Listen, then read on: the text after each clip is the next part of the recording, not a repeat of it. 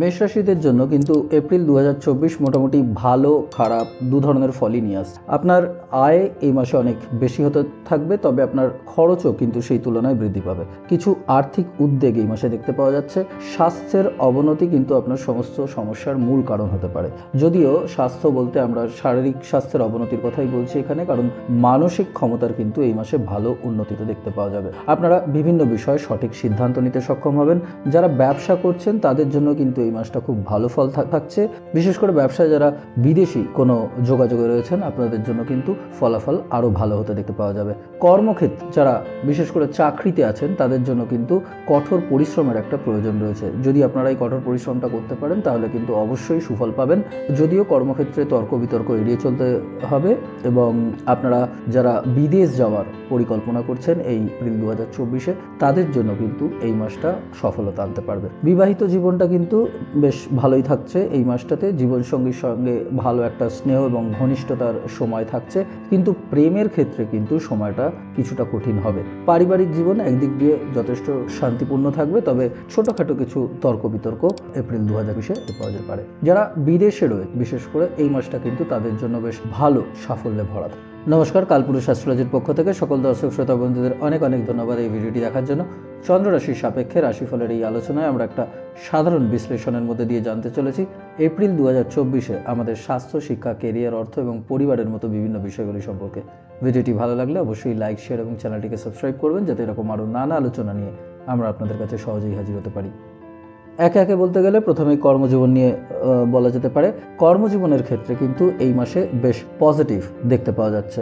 দশম ঘরের অধিপতি শনি একাদশ ঘরে আসার পর আপনার কর্মক্ষেত্রে কিন্তু একটা ভালো শক্তিশালী অবস্থান প্রদান।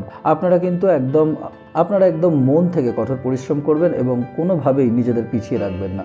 এই পরিশ্রম কিন্তু আপনাদের চাকরিতে আপনাদের মর্যাদা বৃদ্ধি করার জন্য প্রচণ্ড সাহায্য হয়। আপনারা যে কাজই করেন না কেন পূর্ণ অঙ্গীকার ও সততার সঙ্গে তা সম্পন্ন করার চেষ্টা করবে। ষষ্ঠ ঘরের অধিপতি বুধ কিন্তু মাসের শুরুতে আপনাদের প্রথম ঘরে থাকবে এবং সেখান থেকে 9 তারিখে মীন রাশির দ্বাদশ ঘরে ফিরে যাবে, যার কারণে হয়তো কিছু শত্রু আপনাকে এই মাসে একটু বিরক্ত করতে পারে। তবে আপনি যদি আপনার কঠোর পরিশ্রম দিয়ে আপনাদের নিজেদের পজিশনটা তৈরি করতে পারেন তাহলে কিন্তু সেই শত্রুরা আপনাদের কোনো কিছুই খারাপ করতে পারবে না। কর্মক্ষেত্রে আপনাদের ঊর্ধ্বতন বা সিনিয়র বা বসেদের সঙ্গে একটা ভালো রিলেশন মেনটেন করার চেষ্টা করবেন, কারণ এই মাসে কিছু ঝগড়াঝাটির সম্ভাবনা রয়েছে।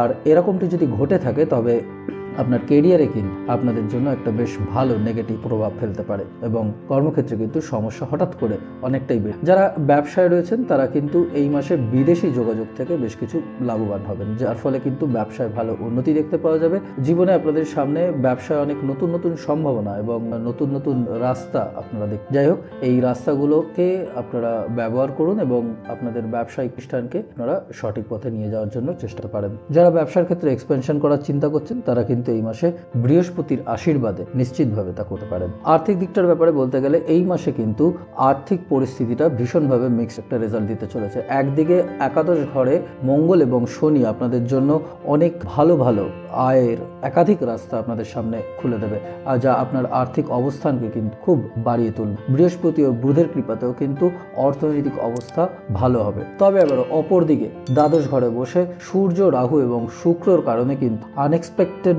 একটা খরচের সম্ভাবনা দেখতে পাওয়া যায়, যা কিন্তু দিনে দিনে বাড়তে থাকবে। বিশেষ করে মাসের সেকেন্ড হাফটাতে কিন্তু এই সিচুয়েশনটা আরও ডিটোরিয়েট করতে পারে যখন মঙ্গল দ্বাদশ ঘরে চলে যাবে এবং খরচ কিন্তু এই সময় আরও বেশি বেড়ে যেতে পারে। যাই হোক, কারোর জন্য কিন্তু স্বাস্থ্যের জন্য আপনাকে প্রচুর অর্থ ব্যয় করতে হতে পারে।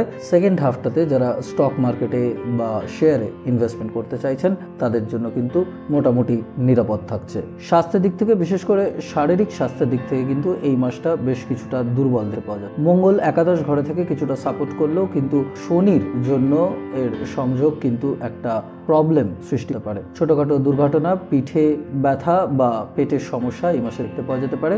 দ্বাদশ ঘরে শুক্র, সূর্য, রাহুর কারণে চোখের কিছু সমস্যা এই মাসে দেখতে পাওয়া যেতে পারে। মঙ্গলের দ্বাদশ ঘরে প্রবেশ দুর্ঘটনা ও অপারেশনের মতো কিছু সিচুয়েশন এই মাসে ক্রিয়েট করতে পারে। এই মাসে চেষ্টা করবেন ভালো করে হাইড্রেটেড থাকতে এবং শারীরিক স্বাস্থ্যের ব্যাপারটা নিয়ে যত্ন। প্রেম, বিবাহ এবং ব্যক্তিগত সম্পর্কের দিকটা দেখতে গেলে এই মাসে কিন্তু প্রেমের সম্পর্কে বেশ কিছু প্রবলেম দেখতে পাওয়া যাচ্ছে। একদিকে দ্বাদশ ঘরে রাহুর সঙ্গে শুক্র আপনাদের সম্পর্ক যেমন সাপোর্ট দিচ্ছে, অন্যদিকে কিন্তু বৃহস্পতি কিছু নেগেটিভ সিচুয়েশন তৈরি করতে পারে।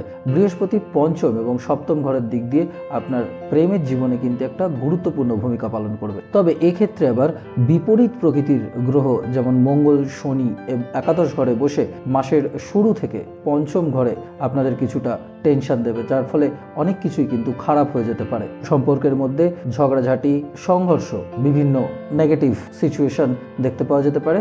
যাই হোক, মঙ্গলের মীন রাশিতে মুভমেন্ট এই অবস্থার কিছুটা উন্নতি ঘটাবে এবং আপনাদের মধ্যে অনেকেই আপনাদের ভালোবাসাকে আবার সঠিকভাবে সঠিক পথে ফিরিয়ে আনতে সক্ষম হবেন। যারা প্রেম ঘটিত বিয়ে বা এই বিষয়ে চিন্তা ভাবনা করছেন তারাও এই মাসে এই সময় বিশেষ করে 23শে এপ্রিলের পরে এগিয়ে যেতে পারেন। বিবাহিত দম্পতিদের ক্ষেত্রে আপনাদের জন্য কিন্তু এই মাসটা শুরুটা খুব ভালো হচ্ছে। বুধ, বৃহস্পতি আপনাদের বিবাহিত জীবনে কিন্তু সম্পূর্ণভাবে দৃষ্টি দিচ্ছে এবং সপ্তম ঘরে তাদের এফেক্ট কিন্তু একটা খুব ভালো সময় আপনাদের গিফট করতে চলেছে। যাই হোক, এই ভালোবাসার রিলেশনটা কিন্তু আবার 23 তারিখে থেকে মঙ্গল সপ্তম ঘরে এবং সূর্য 13 তারিখে প্রথম ঘর থেকে আপনাদের সপ্তম ঘরে অবস্থান করার কারণে ব্যবহারের ব্যাপারটা, একে অপরের প্রতি ব্যবহারের ব্যাপারটা নিয়ে একটু সচেতন থাকবেন, কারণ আপনাদের জীবনে এমন কিছু একটা ঘটতে পারে যা কিন্তু মতবিরোধের উৎস হয়ে উঠবে। এই সময়টাকে একটু সাবধানে কাটানোর চেষ্টা করবেন, তাহলে মোটামুটি পুরো এপ্রিল মাস জুড়েই আপনারা একটা ভালো সম্পর্ক মেনটেন করতে পারবেন। পারিবারিক দিক দিয়ে এপ্রিল 2024 কিন্তু একটা শান্তিপূর্ণ মাস হতে চলেছে।